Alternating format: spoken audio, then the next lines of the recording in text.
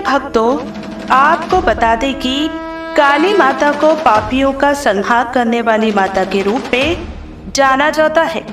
हिंदू धर्म की मान्यताओं के अनुसार काली माता का पूजन एवं मंत्रों का जाप या श्रवण करने से भक्तों के जीवन में सभी प्रकार के दुखों का अंत होता है।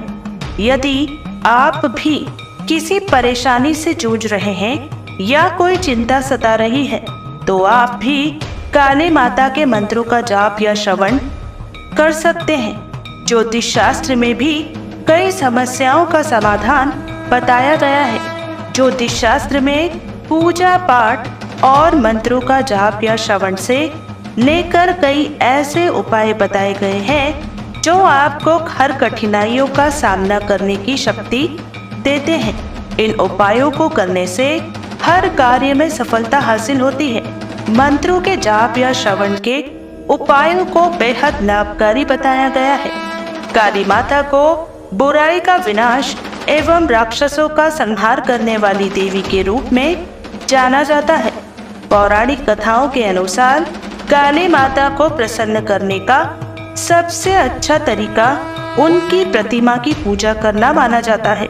इसके अलावा आप सभी मंत्रों का जाप या श्रवण करके भी काली माता को प्रसन्न कर सकते हैं और तमाम तरह की परेशानियों से छुटकारा पा सकते हैं। तो प्रिय भक्तों, अगर आप भी अपने जीवन में सभी प्रकार के नकारात्मक शक्तियों से दूर रहना चाहते हैं, तो हमारे बताए गए मंत्र को लगातार 21 दिन तक नित्य दिन 108 बार जाप करें या मंत्र उच्चारण का श्रवण करें और गुनगुनाएं।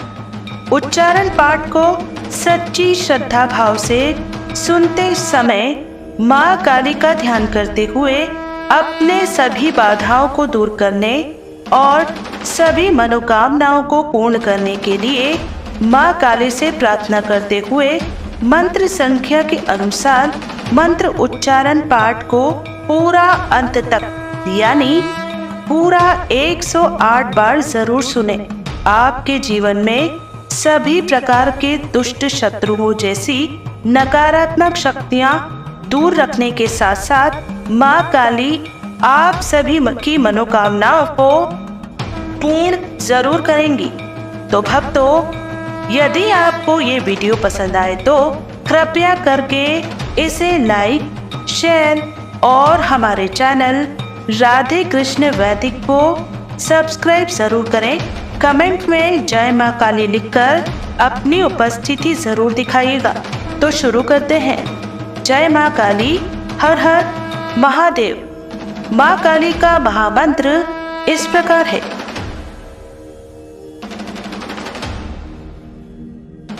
ओम ऐं ह्रीं श्रीं क्लीं क्षमाय नमः। ओम ऐं ह्रीं श्रीं क्लीं क्षमाय नमः।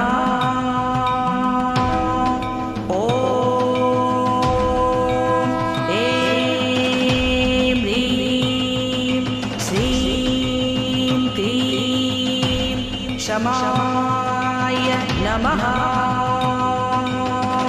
ओम ऐं ह्रीं श्रीं क्लीं क्षमाय नमः। ओम ऐं ह्रीं श्रीं क्लीं क्षमाय नमः। ओम ऐं ह्रीं श्रीं क्लीं क्षमाय नमः। ओम ऐं ह्रीं श्रीं क्लीं क्षमाय नमः। ओम ऐं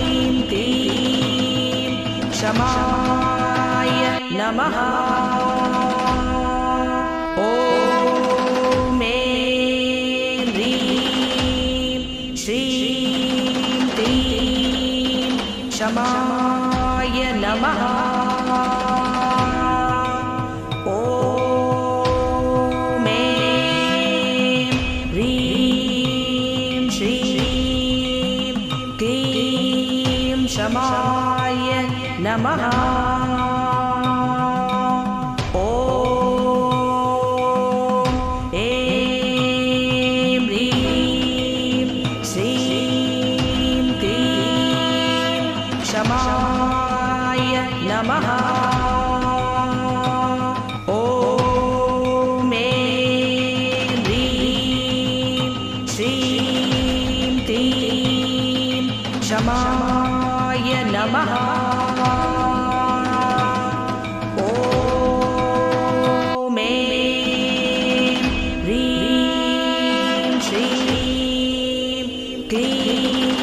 क्षमाय नमः। ॐ ऐं ह्रीं श्रीं क्लीं क्षमाय नमः।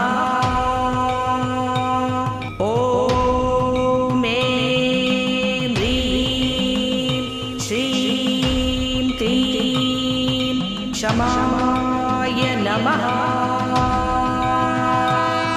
ॐ ऐं ह्रीं श्रीं क्लीं क्षमाय नमः। ॐ ऐं ह्रीं श्रीं क्लीं क्षमाय नमः। ॐ ऐं ह्रीं श्रीं क्लीं क्षमाय नमः। ॐ ऐं ह्रीं श्रीं क्लीं क्षमाय नमः।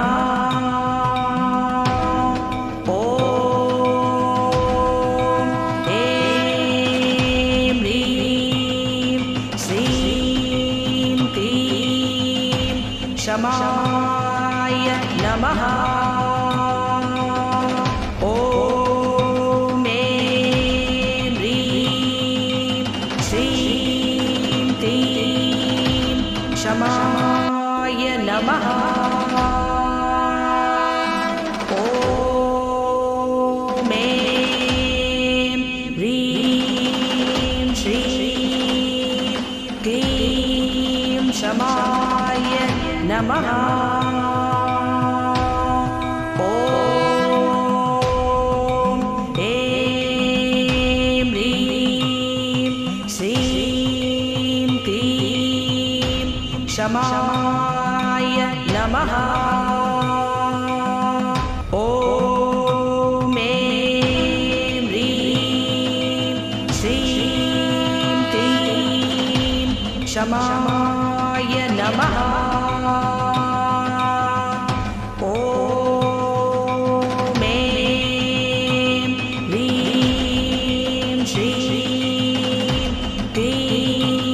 क्षमाय नमः। ॐ ऐं ह्रीं श्रीं क्लीं क्षमाय नमः। ॐ ऐं ह्रीं श्रीं क्लीं क्षमाय नमः। ॐ ऐं ह्रीं श्रीं क्लीं क्षमाय नमः। ॐ ऐं ह्रीं